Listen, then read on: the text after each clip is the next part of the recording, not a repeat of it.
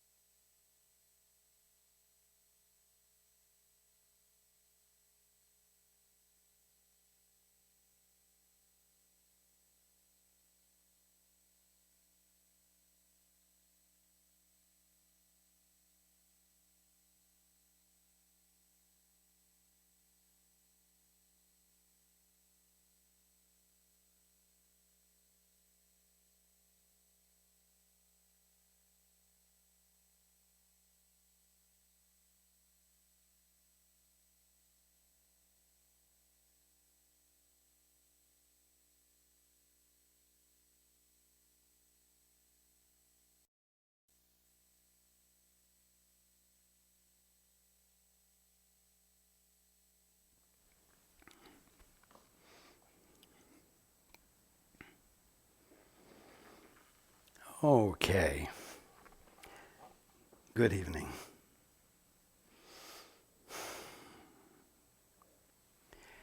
And welcome to everyone who's joining us on the internet.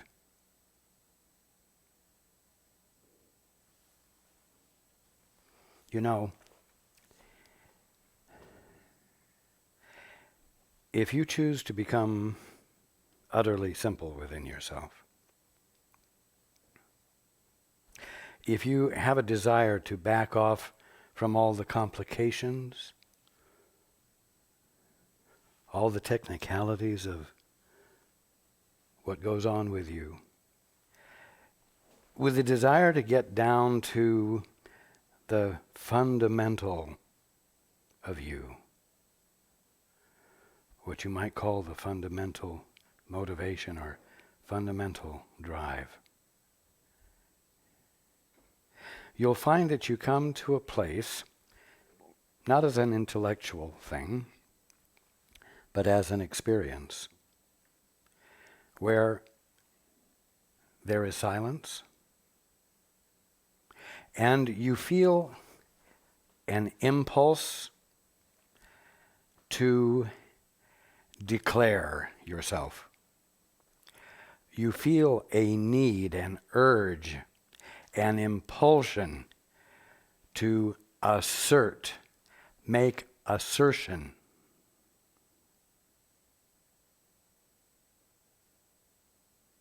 It's very much a place, a state of mind similar to that expressed by Captain Picard in Star Trek, where he says, "Make it so."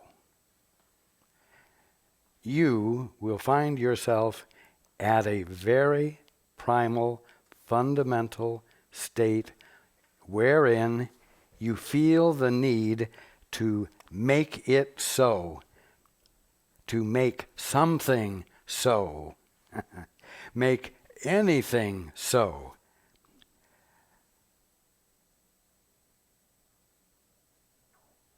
Now,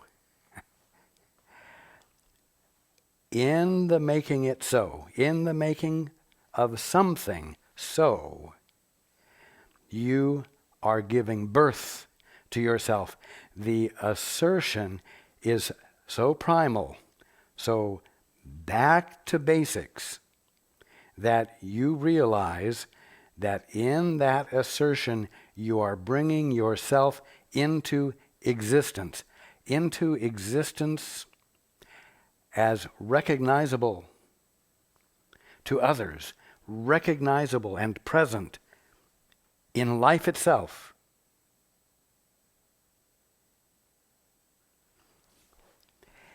And everything else that follows simply compounds that initial act of self-creation,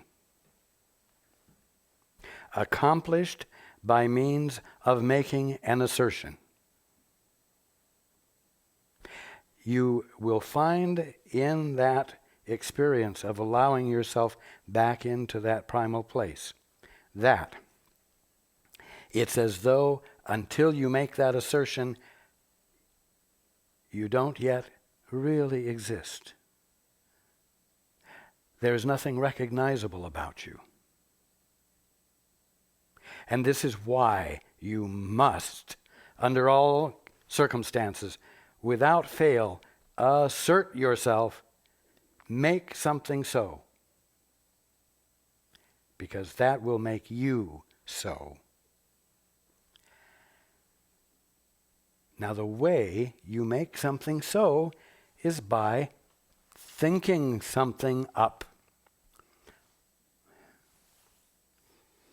What the Course calls making as opposed to creating.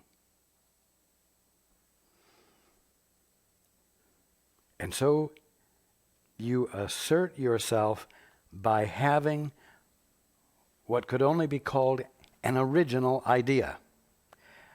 It must be original in order to be recognizable as worthy of giving one's attention to. Else, the giving birth to yourself by virtue of expressing this original idea will not occur fully. In other words, you will not be made so fully, because if the thought, if the concept, if the idea is not original and worthy of attention by being original, you have not become something valid yet. Existence on this basis is a matter of consistently and forever asserting yourself in order to make yourself real.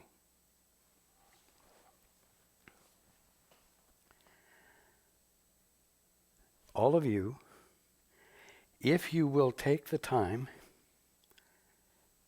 with genuine interest and genuine willingness to get past all of the surface mishmash and sink down into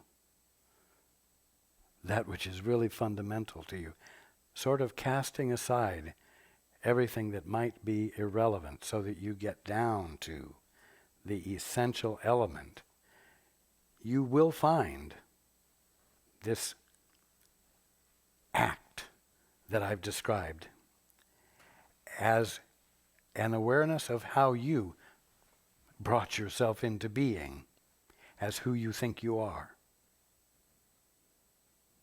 And you will realize how powerful the act seemed to be, because you will realize that you used a tremendous amount of energy, we'll say, to assert yourself, to make yourself known.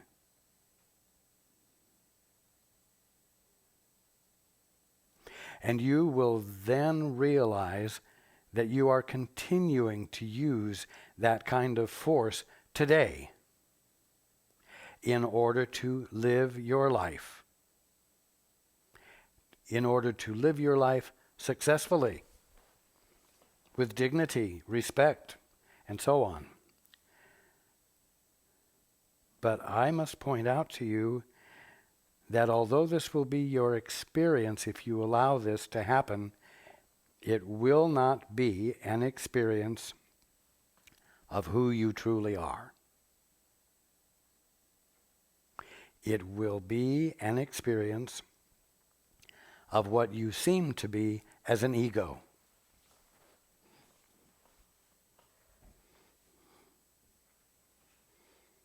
And this is very important.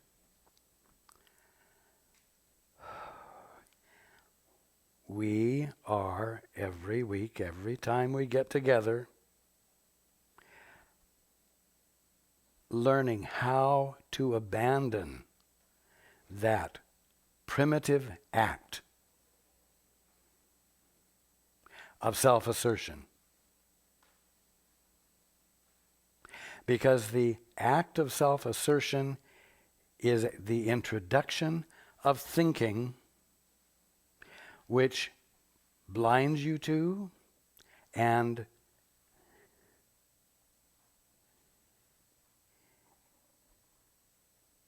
keeps you from experiencing what you truly are.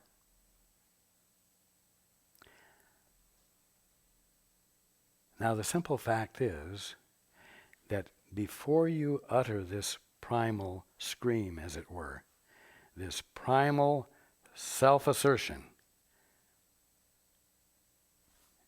you're very aware of being conscious. There is something there feeling this urge, you see. This that is there is pure awareness.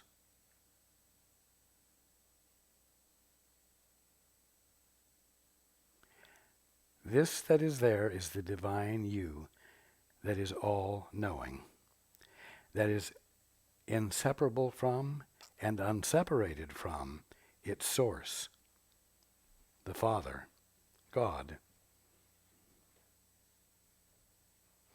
And the impulse to act, to give birth to yourself, is an act of creating something different from this pure, infinite, all-inclusive awareness that is the presence of God being all there is to you, and thereby you being absolutely and completely fulfilled.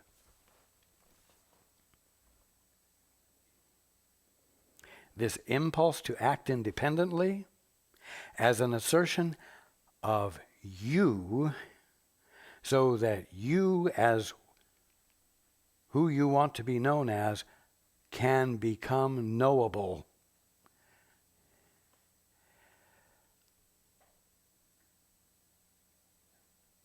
Is the cause of what you call the human condition. It is the cause of sin, disease, and death.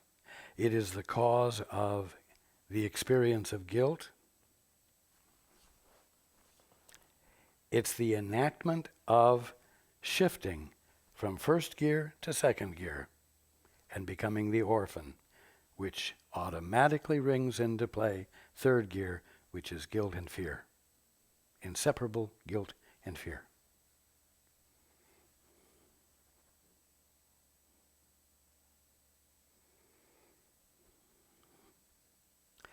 There is no legitimate or valuable thinking. All thinking is an extension of the need to create yourself by virtue of independent self-assertion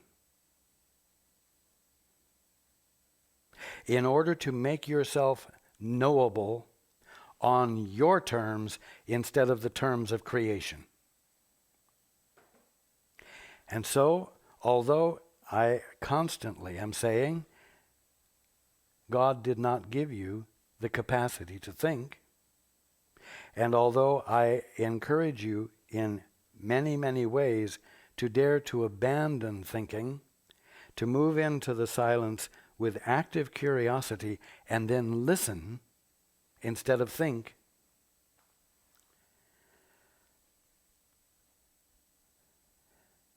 it seems as though I'm asking you to do something totally unreasonable because that is all you are used to doing, is thinking and claiming your presence in the world, birthing yourself constantly in the world and to your fellow man. And you think that's normal. You think that is the meaning of life. You think that God gave you the capacity to do that, and in doing it, you are indeed validating yourself, when in fact you are, by doing that, constantly obscuring who and what you really are from yourself and your fellow man.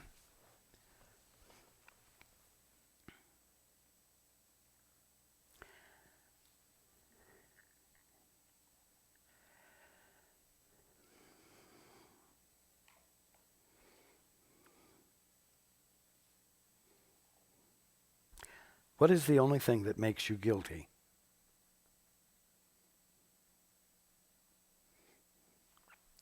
The only thing that makes you guilty is your behaving as though you're out of your mind. Is you believing that you're doing something that God didn't give you the capacity to do. That which seems to make you guilty is you thinking as an act of self-creation, of birthing yourself and becoming recognizably present, real, and valid. It isn't what you're attempting to do that makes you guilty. It's the fact that in attempting to do it, you have abandoned first gear. And you have taken up residence in second gear.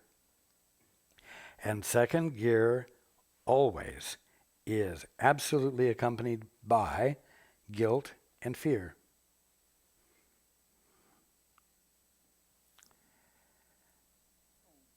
This is important. Because if you want to see and experience yourself as guiltless, and if you want to see and experience your brother as guiltless, you're going to have to be willing to recognize that neither you nor your brother or sister have the capacity to think and actually accomplish anything, and therefore you are innocent of anything you have thought up and believed about yourselves or about each other. And you will realize that in order to experience your brother's innocence or your innocence, you're going to have to be willing to get beyond the thinking or behind it, to back up prior to the thought. That's what becoming still does.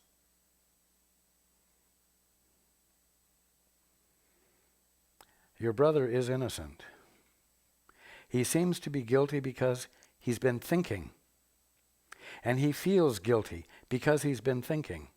He's been operating independently.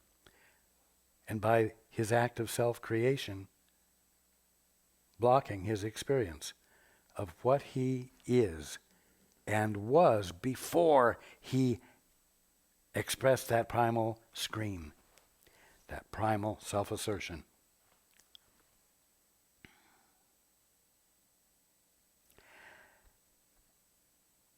You can say, my brother is innocent.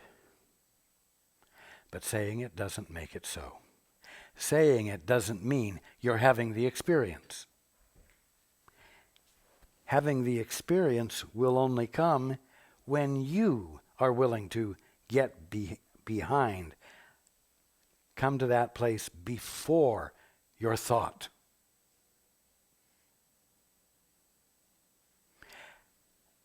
And in that place prior to thought, right now, which means in the silence within you, in the peace within you, you are absent the experience of thinking, but not absent the experience of consciousness, of awareness. And in that place, you can desire to know the truth about your brother. The truth about your brother that exists only prior to or behind whatever thoughts he's employing in his act of self-assertion, or her act of self-assertion.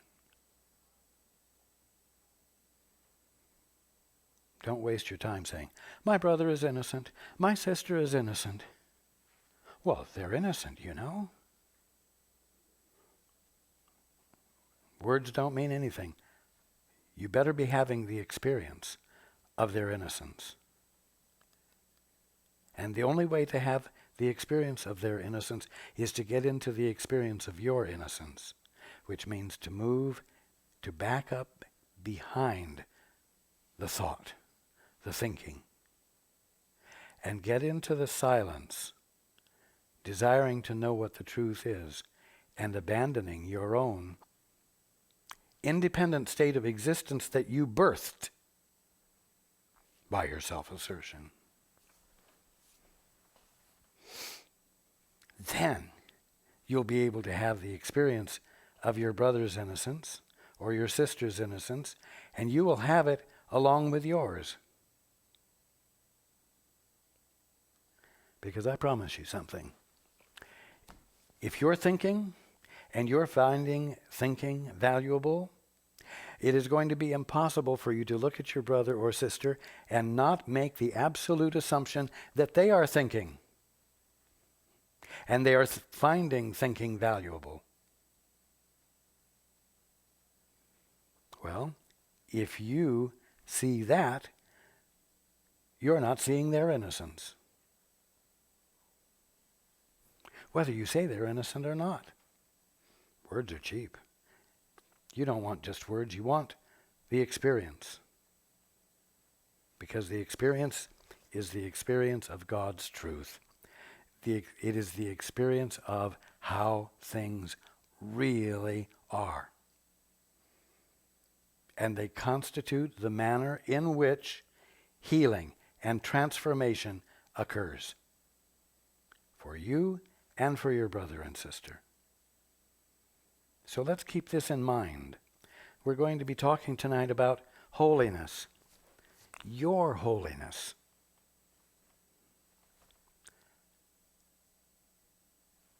Well, your holiness is always going to be covered up by your thinking. But it's there prior to the thinking. It's there now, prior to the assertion of and creation of yourself that is accomplished by your thinking in this moment. Your holiness and your innocence are both present now, but you don't think of yourselves as holy. You sort of assign that to priests, maybe, or ministers, or teachers of God. And even then, it's by choice. It's a vocation. It's something they've chosen. But we're talking about everyone being actually holy, not as a vocation, not as something you've chosen, but as a state of being that you need to more and more include in your awareness of yourself as you do the most mundane things every day.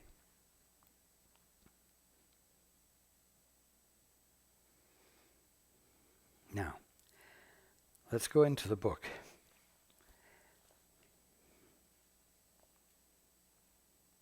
The link with which the Father joins himself to those he gives the power to create like him, meaning his sons and daughters, can never be dissolved.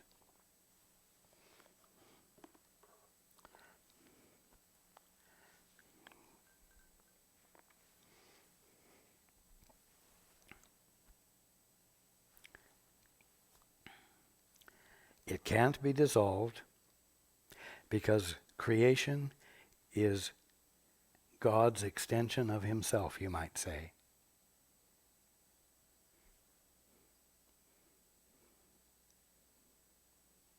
So, the link with which the Father joins himself to those he gives the power to create like him, meaning you, can never be dissolved. It's a permanent, unalterable state of being. Not something you have to gain and not something you can lose. Heaven itself is union with all of creation and with its one creator. Do you know what that means? It means that heaven isn't a place. It means that heaven is awareness. Heaven itself is union with all of creation and with its one creator. It means it is conscious awareness that isn't split, that isn't divided up into, we'll say, multiple personalities. It is awareness that is all-inclusive, inclusive of all of creation. Heaven is that conscious awareness in which all of creation is embraced and experienced. Something which you must be willing to allow by ceasing to think, by ceasing to do that which obscures the experience or that which is heaven.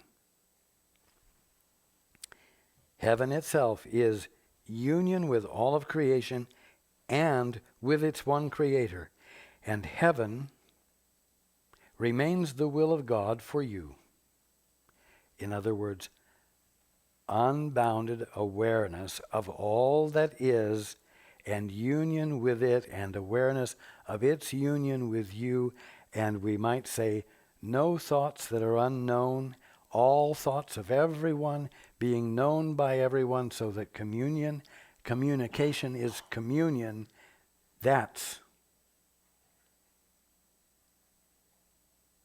That's the new normalcy, what will seem new to you, but it is what is natural. It is what is real. So, heaven itself is union with all of creation and with its one Creator, and heaven remains the will of God for you. Lay no gifts other than this upon your altars. What does that mean? It means let that be the only gift you lay on your altar. Stop laying the gift of all of the fantastic thoughts you've come up with. Right now, you're laying all of your creations on the altar. All of these creations that have come out of this primordial need to express yourself and make your presence known by virtue of expressing original ideas of your very own, which causes you, by virtue of their originality, to be seen as worthwhile and truly valid. That's what you have to stop laying on the altar, where right now that's all you are laying on the altar. Lay no gifts other than heaven. The willingness to be the conscious awareness of all that is. Lay no gifts other than this upon your altars, for nothing can coexist beside it. You see? What makes you innocent is the fact that all the thoughts you've thought are one of those things that never happened. If God didn't think it, so to speak, it was never thought. And the consequences of your thinking, therefore, don't exist as an actuality. And that is why you're innocent. Because you haven't been doing what you thought you were doing, literally. Lay no gifts other than this upon your altars, for nothing can coexist beside it. All of your thoughts which you use to self-create yourself cannot coexist on the altar, actually, with the only true gift. Here, on the altar, your meager offerings are brought together with the gift of God, which is heaven, which we've said is not a place, but it is the unobstructed, conscious experience of reality. It's the awareness of reality, in which none of reality is obscured to you or separated from you, in which you are inseparable from it, and communion of the wholeness of creation is your experience. So here your meager offerings are brought together with the gift of God, and only what is worthy of the Father will be accepted by the Son, for whom it was intended.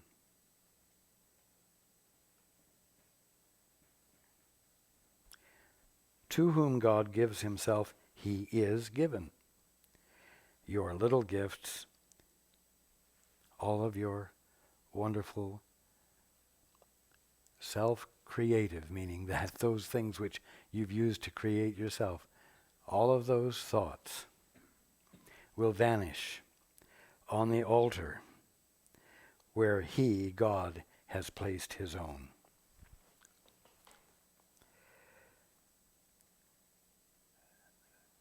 The next subsection is entitled, The Recognition of Holiness. The atonement does not make holy. You were created holy. It merely brings unholiness to holiness, or what you made to what you are.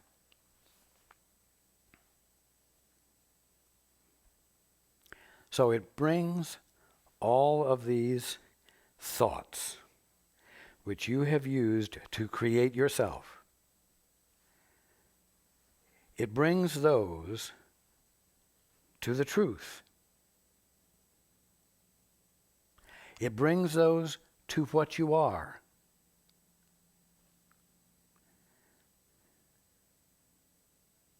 The bringing together of truth and illusion, of the ego to God, is the Holy Spirit's only function.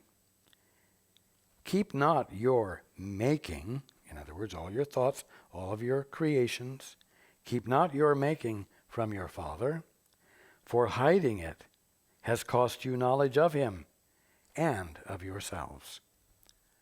You see. But Father, I'd rather see it my way, see? You get your independent stance. You stand back and you keep your thoughts, they're yours.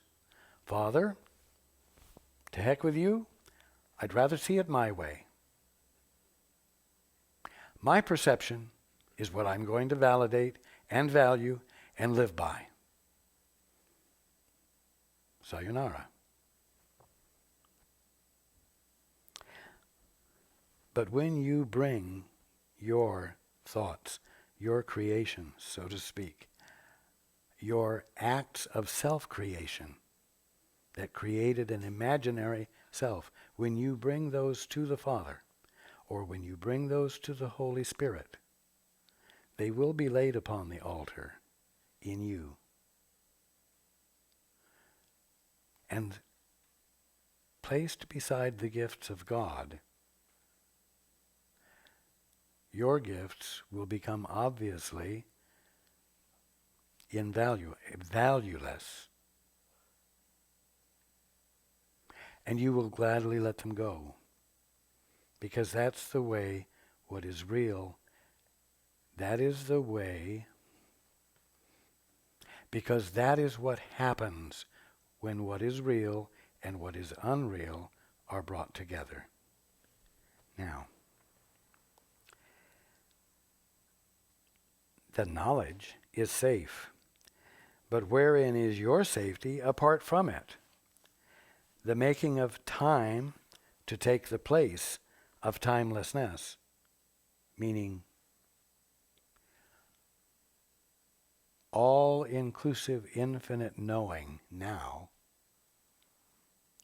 lay in the decision to be not as you were.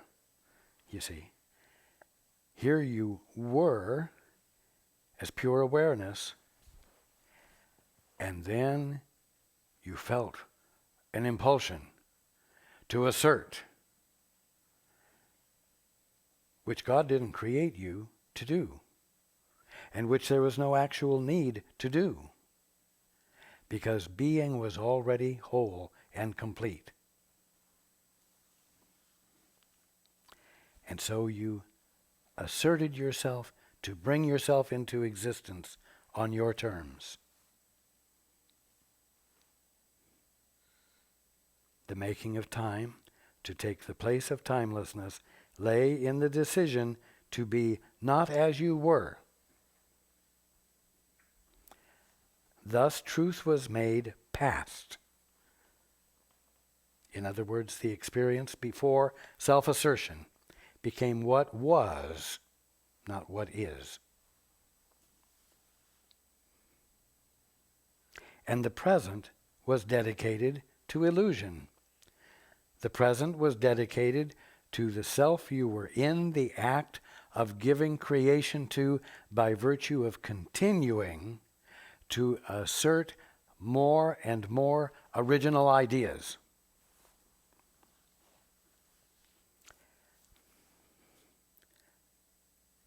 And the past, too, was changed and interposed between what always was and now.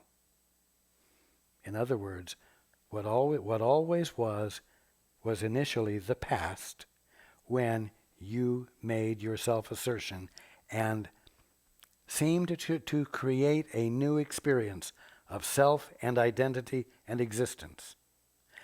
But then the past, meaning you in your pristine and perfect state of mind, that became no longer the past.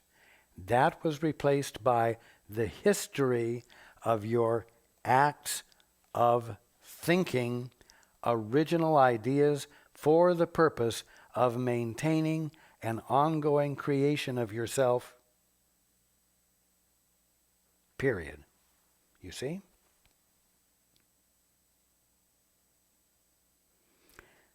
The past which you remember, meaning the history of your original thinking for the purpose of creating yourself, never was, and represents only the denial of what always was.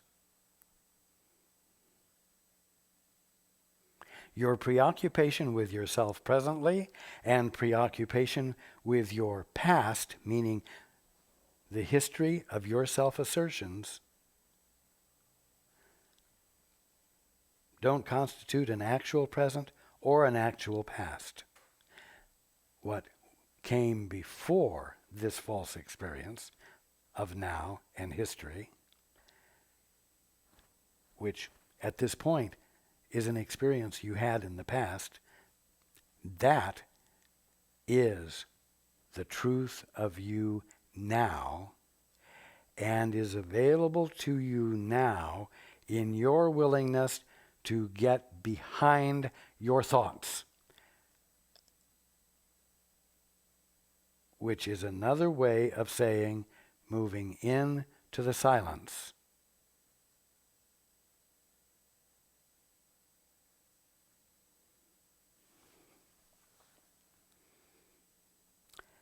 Bringing the ego to God is but to bring error to truth, where it stands corrected because it is the opposite of what it meets, and is undone because the contradiction can no longer stand.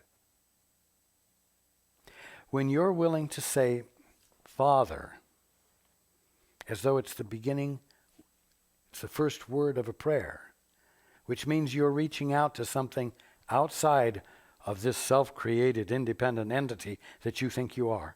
When you say Father,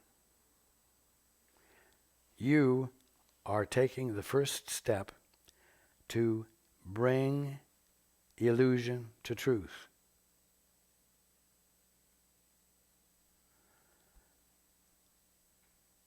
Because you are reaching outside the illusion.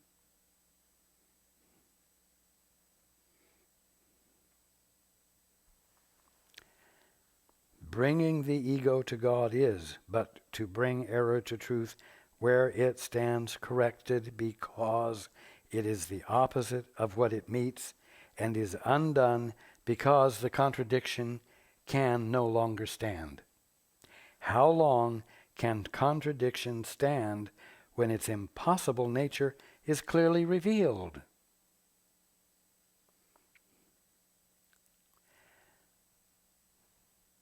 What disappears in light is not attacked.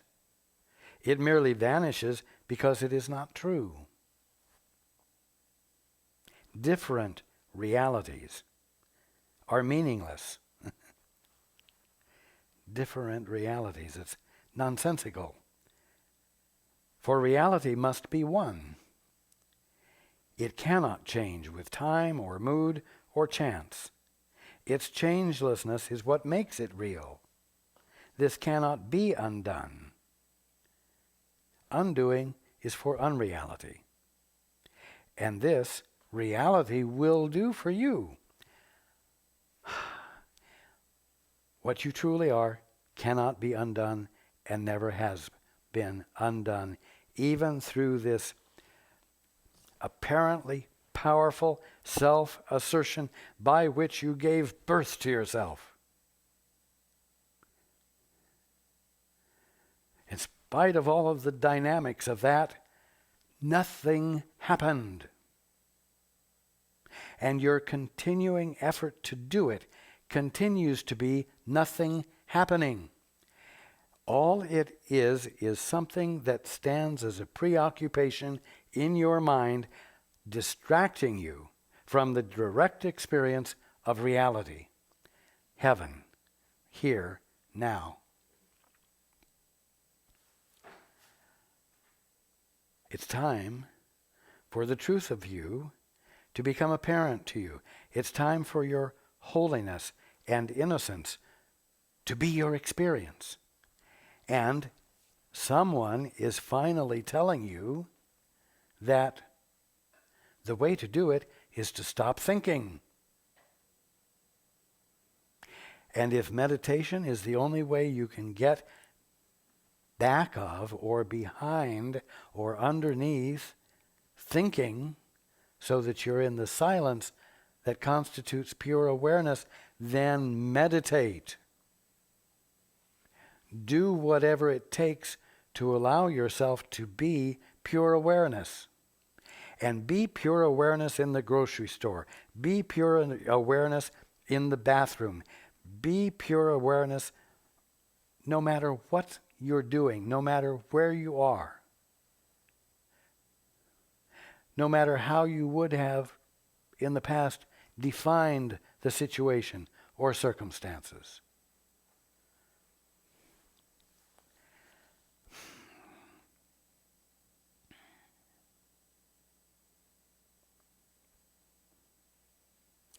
Merely by being what it is, does truth release you from everything that it is not.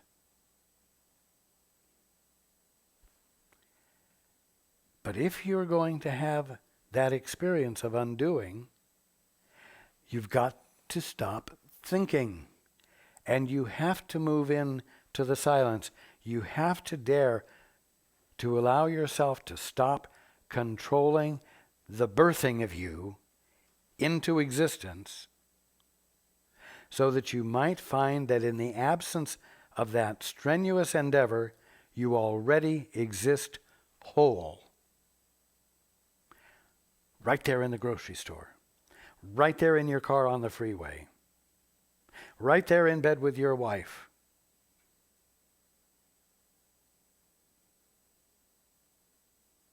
Right there mowing the lawn.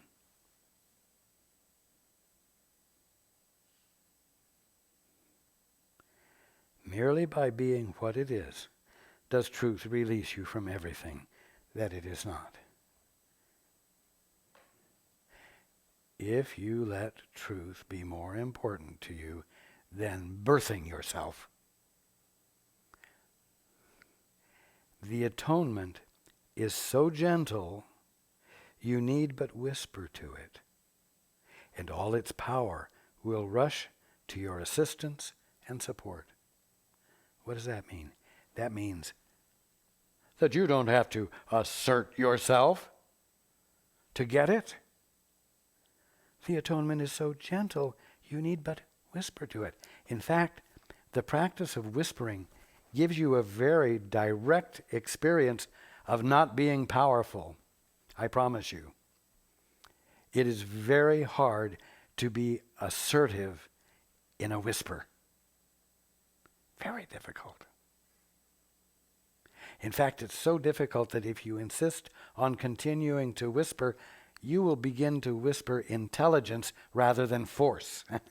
You will find ideas to express through whispers, which, by virtue of their intelligence, will be motivating, not by virtue of the vigor and force with which you whisper. You see? So,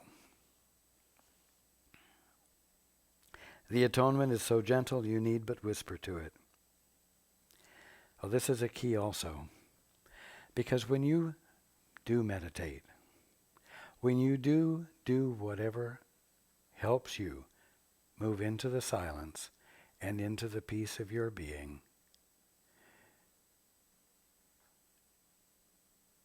any desire that you might express from there, any desire that arises in your mind out of your peace, will find fulfillment if the desire is whispered, if the desire is gently placed, if the desire is almost silently placed. Because that's when the least amount of willpower, of willfulness is being expressed. And because you are expressing or giving expression to a desire which has emerged from the peace in the silence of your being, it really is a matter of you cooperating with that movement rather than being the creator of it and subsequently the authorizer of it through willfulness or force. You see? And so the act became an act as a result of awareness and moved into action by virtue of your continuing to be awareness, not by virtue of your becoming an actor. The atonement is so gentle, you need but whisper to it, and, indeed, all its power will rush to your assistance and support. That is what you will find yourself experiencing when you act from your peace, when you be from your innocence, your holiness. You are not frail with God beside you.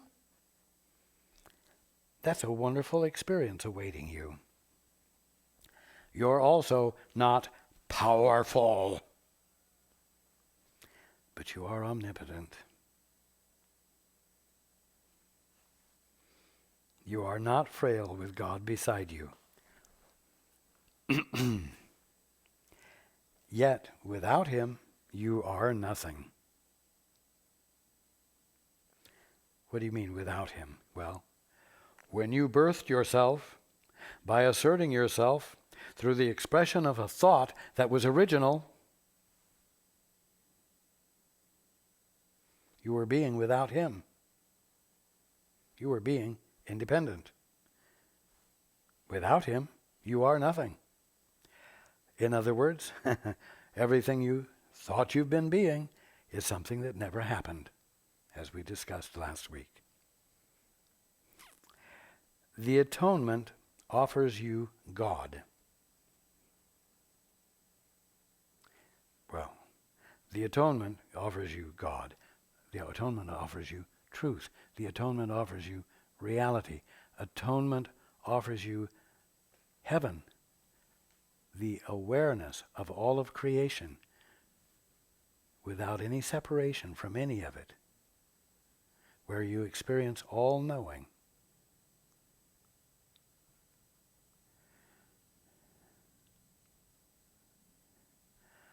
It doesn't offer you this thing that you have birthed out of a primordial expression or assertion of an idea or thought, original idea or thought that you used to establish yourself as a valid presence.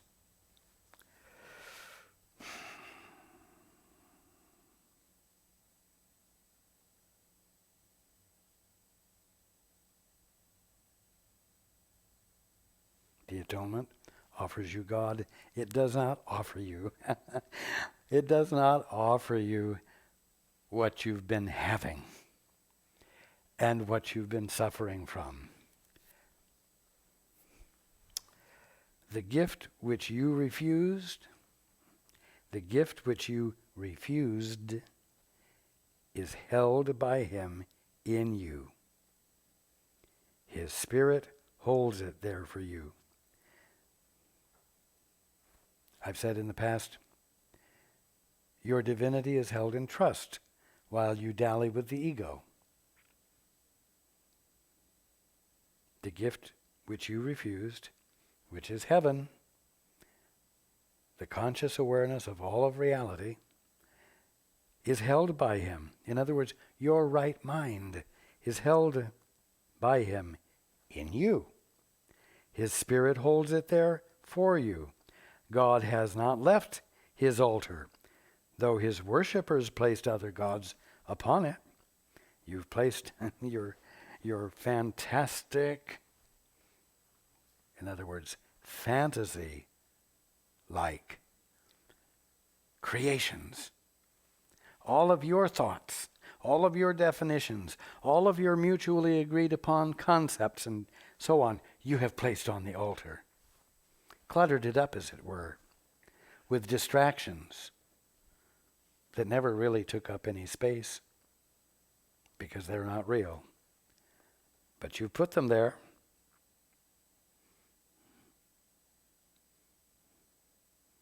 God has not left his altar, though his worshippers placed other gods upon it. The temple still is holy. You still are holy. For the presence that dwells within it is holiness. The presence of what? The presence of the conscious awareness of being that is you.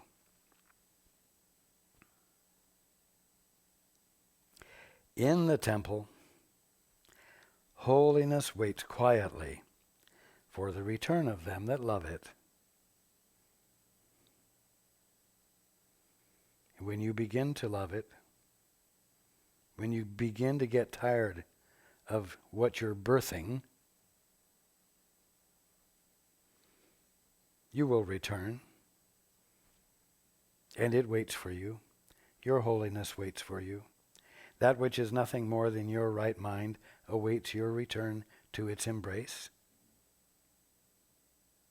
The presence knows they will return to purity and to grace. Listen to this. Remember it. The graciousness of God will take them gently in and cover all their sense of pain and loss with the immortal assurance of their Father's love. To cover all their sense of pain and loss of what?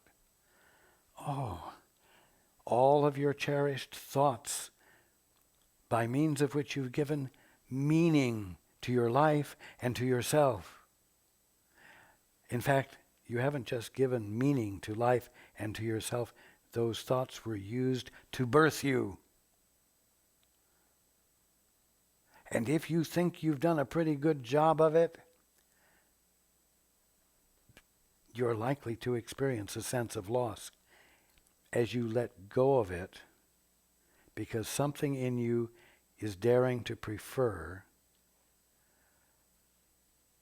what you're coming to know is a truer experience, a fuller, a more enjoyable, a holier experience of what your being is all about. So the graciousness of God will take them, you, gently in and cover all their sense of pain, all your sense of pain and loss, with the immortal assurance of their Father's love, your Father's love.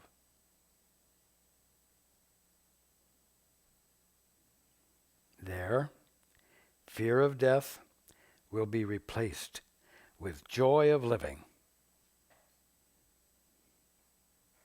For God is life, and they abide in life. No longer in this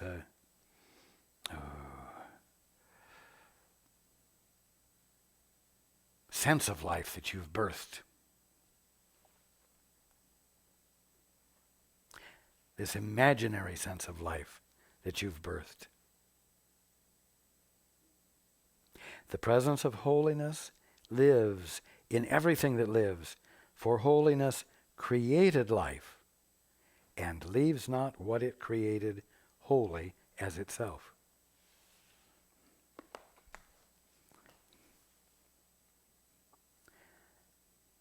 So,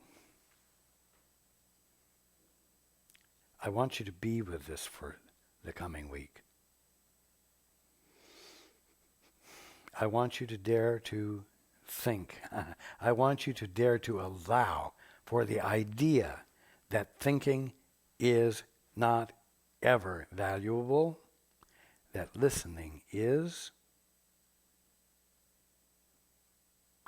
and that your salvation lies in getting back to the place before the thoughts emerge, so that you might stop creating yourself by asserting yourself and ending up with an illusion.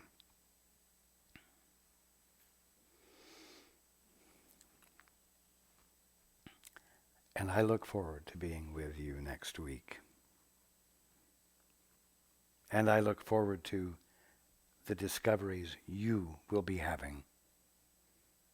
I love you all.